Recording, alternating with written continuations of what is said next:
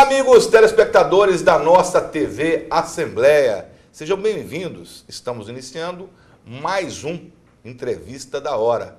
E nessa oportunidade, recebendo aqui nos nossos estúdios a professora Marli Deon Sete. Para quem não sabe, uma das pioneiras em diversas frentes aqui dos programas de educação ambiental.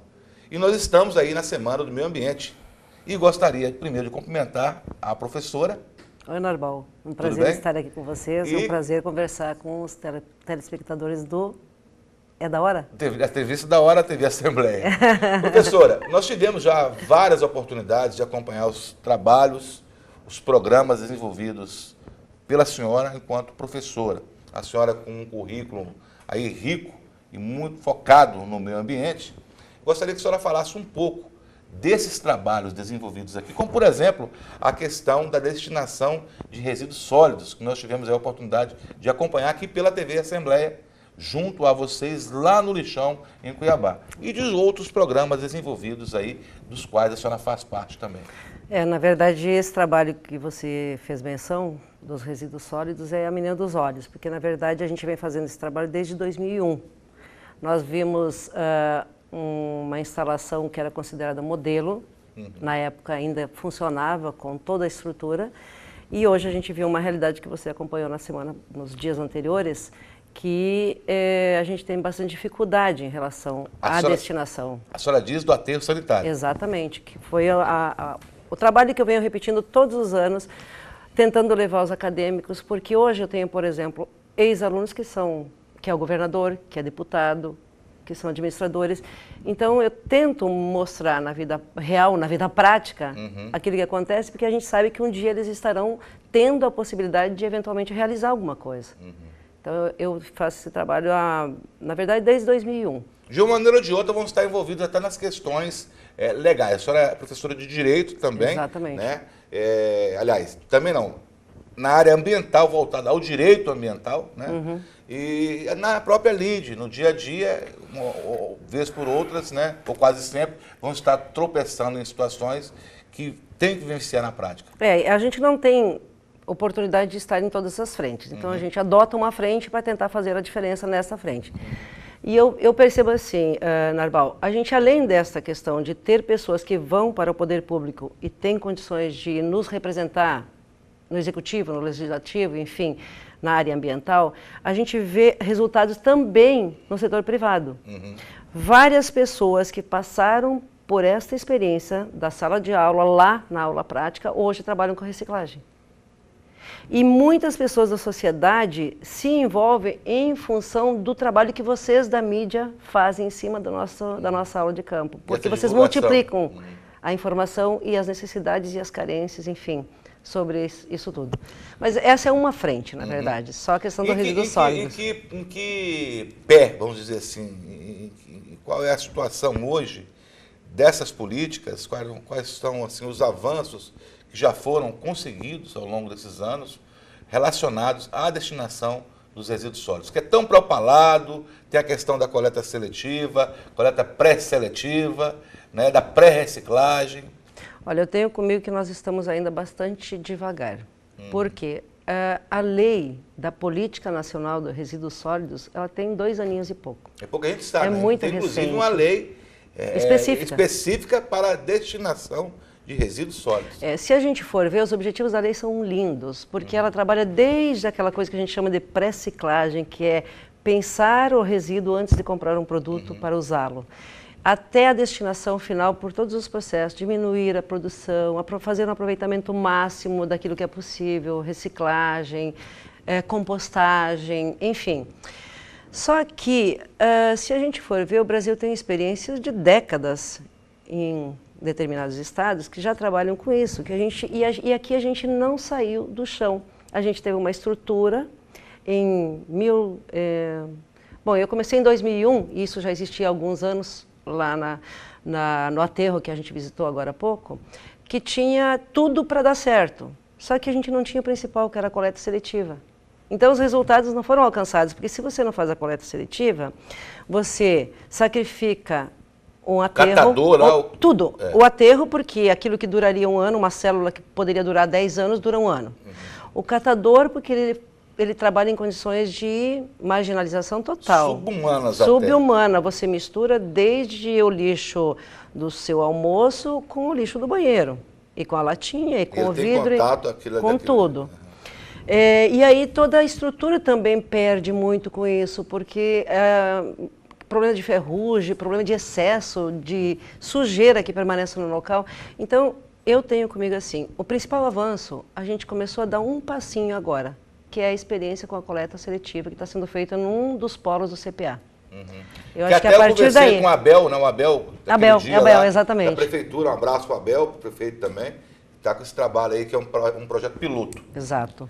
E aí, a senhora acredita que isso vão dar, assim, no médio prazo, longo prazo, curto prazo, os reflexos de projetos como esse, de ações como essa? Narbal, eu costumo defender muito a sociedade, porque eu digo sempre o seguinte, que quando a sociedade tem regras claras e confiança nas regras, ela não tem dificuldade em implementar essas regras. Então, se essa experiência for levada a sério, for bem definido qual é a função do consumidor, pode ter certeza que é um projeto piloto que vai dar certo. Não tem como. Eu vi aquela questão das sacolinhas, né? Que exigiam a sacolinha biodegradável, aí tinha uma outra sacola depois dessa, enfim. A população se enganja e vai mesmo, né? Atende. É a mesma coisa que acontece com relação ao problema que nós temos da discussão em relação à vegetação nativa. Código Florestal, 10 anos, 12 anos, discussão. E hoje a gente tem a seguinte situação. As regras ficaram claras para a sociedade? Não estão claras. Se elas ficaram claras, a sociedade vai ter tranquilidade e vai seguir. Nem para a sociedade, nem para um público específico, que são os conhecedores, ou deveriam ser, em tese, os conhecedores da lei. Se você analisar o capítulo 9 do nosso livro, que nós escrevemos em novembro e dezembro, foi sobre esse assunto, a lei que tratou da mudança na vegetação, em relação à vegetação. Durante a discussão, eu levantei 3, 4 pontos que eu falei deverão ser objeto de discussão na justiça, porque, para mim, estava muito difícil. Não que eu saiba muito, mas eu estudo bastante. Então, eu penso que para a sociedade deve ter muita interrogação ainda. E facilitar um pouco esse acesso à questão dessas informações de uma maneira mais didática, mais com acessibilidade, sem o juridiquês, né? Uma coisa mais acessível, uma linguagem mais acessível. Bom, e falando nisso, na questão legal, entre outras obras, mais uma agora aqui da professora Marli, é o livro que você está vendo aí na sua tela, Manual de Direito Ambiental. Isso é indispensável para você que é aluno acadêmico de direito, para você que é estudioso do direito, para você de uma outra área, até porque o direito ambiental, como muitas outros estudos, são multidisciplinares, né? Exatamente. Tem a questão legal, tem a questão sanitária, tem a questão, enfim.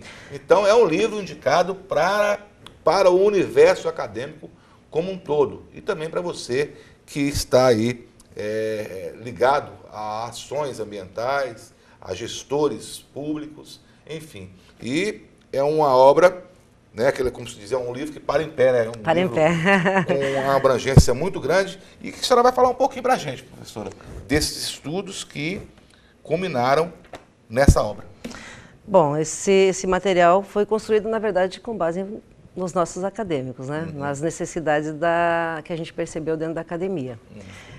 Porque você falou uma coisa interessante ali, você falou o direito ambiental, ele é um direito multidisciplinar.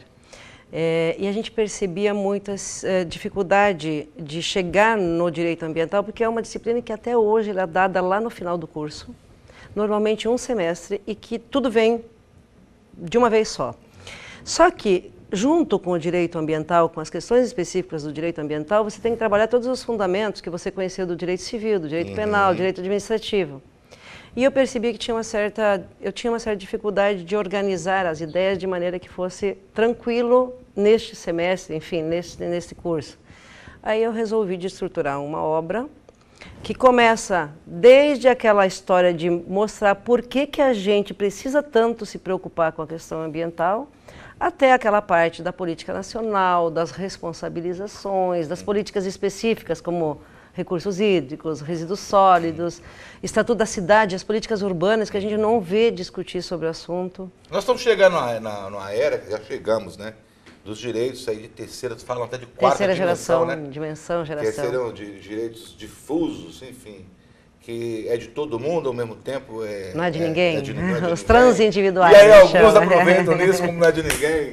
Né? Mas enfim, é uma questão, é muito complexo essa questão, um dos ramos, né? Essa conscientização acerca desta questão de direitos de todos e de ninguém é uma coisa muito importante a gente perceber que realmente tem que ser assim. Porque as questões ambientais, elas envolvem sempre os recursos ambientais. Os recursos ambientais são recursos que eles têm características de bens públicos, que são aqueles bens que dominicais. Você não consegue... Isso, né? Não, os bens públicos no sentido assim, que você não consegue definir direitos de propriedade de uma maneira clara, porque todos podem... As pessoas pensam assim, se o Narbal pode pescar, eu também posso, porque é nosso. Então, é um direito que precisa realmente de regras claras, precisa de que as pessoas tenham consciência de que eu tenho que ter um pensamento solidário. Esse é o enfoque da terceira geração, a dimensão. Né? Isso. Eu tenho que pensar não só em mim, mas em mim, no Narbal e em todas as outras pessoas que também têm direitos sobre esses bens ambientais. Mas, professora, a senhora teve, assim, alguma dificuldade em acesso a alguma informação que a senhora traz aqui como inovadoras ou como, vamos dizer, pioneiras? A senhora aqui, como eu falei no início da entrevista, aqui na capital, no estado, em muitas frentes a senhora é pioneira. E teve alguma dificuldade para buscar elementos para esse conteúdo que a senhora está apresentando agora? Narbal, essa obra é uma obra... Eu digo pela ausência até mesmo de referências, né? Porque é uma coisa muito nova o direito ambiental, né? Ou não? Na verdade, nós temos doutrinadores brasileiros muito bons e outros tantos que a gente conhece, que a gente conheceu em congressos, em seminários que são de outros países. Então, a gente tinha bastante fonte. E é um trabalho que eu venho fazendo há muitos anos, porque embora eu não tivesse um livro, eu tinha muito material para dar aulas. A gente sempre trabalhou com agregando conteúdo. E aí, o que acontece? Quando eu cheguei para fazer esse trabalho, na verdade, eu tinha bastante material e bastante subsídio desses conhecimentos que tinham sido agregados ao longo do tempo. Na verdade, as dificuldades que eu tive, Narbal, foram surgindo naqueles momentos em que eu não concordo com a lei. Como eu não posso mudar a lei, o máximo que eu posso fazer é questionar, é levantar algumas dúvidas acerca da aplicabilidade da lei. Esses momentos me dão mais trabalho. A questão da crítica, né? E de maneira a tentar, se bem que tem muita gente aí que se habilita a estar fazendo, às vezes, né, no legislativo e não tem o conhecimento que deveria específico. Isso faz parte. Se bem que, com ressalva, que tem muitas assessorias excelentes muito boas de profissionais, o que tem nos resguardado, pelo menos, a possibilidade de vislumbrar um horizonte mais positivo, né? E otimista. Nós estamos precisando muito dessas assessorias a que você se refere, porque não sei se você prestou atenção nesses dias, mas o que a gente tem visto? A sociedade já sabe que se preocupar com questões ambientais é uma via de mão única. Aquilo que eu tenho de escassez de recursos ambientais hoje me obriga a me preocupar com isso. Urgentemente. Exatamente. O Poder Legislativo, aqui no nosso estado, especificamente estou falando, toda semana você vê matérias tratando de discussões ambientais, tentando conciliar as necessidades econômicas com as questões ambientais. E nessa semana a gente viu também a notícia de que o próprio TCE vai se envolver nas questões ambientais agora. Vai fazer auditorias ambientais. Toda vez que qualquer investimento ensejar valores que venham do poder público, o TCE vai se envolver. Então, eu tenho como necessidade premente conhecer as regras do direito ambiental e levar essas regras para a sociedade, porque ela também tem acesso. A assessoria tem que estar realmente, né, muito bem estruturada. Nós estamos falando, nosso tempo é curtinho, né? Dá para a gente falar aqui 1 hora, 1 semana, professor. Primeiro, eu também gosto da área, né? E sou suspeito a falar da professora, tendo sido um aluno também dela. Mas tem outra obra também, além do Manual de Direito Ambiental, tem uma outra obra também para breve. Tem mais uma obra. Agora a gente está fazendo um trabalho um pouquinho diferente, porque eu já tive o primeiro livro, agora esse manual, e agora eu resolvi de fazer um trabalho que a gente sente escassez na hora de os alunos estudarem, principalmente para concursos públicos e para provas também, que é um trabalho de perguntas e respostas, objetivas, subjetivas e jurisprudências. Então, vai ser, exatamente, vai contemplar todos os conteúdos que estão nesse livro, só que eu vou ter um livro só de perguntas objetivas, respostas esperadas, perguntas subjetivas, respostas esperadas e jurisprudências.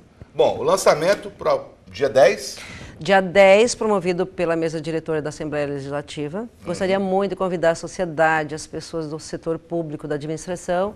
E dia 21 também vai ter um outro lançamento, só que vai ser lá na Livraria Janina, que vai ser promovido pela editora Juruá. Dia 10 é aqui na Assembleia, às 18 horas. Professora, muito obrigado. Um prazer imenso falar com a senhora. Obrigada a você, Narbal. Parabéns pelo trabalho. Eu tenho até orgulho de ter sido aluna da professora Marli. Obrigada. Bom, estamos aqui à disposição para uma próxima oportunidade, novas obras e novidades nessa área ambiental. Muito obrigada pela atenção de sempre.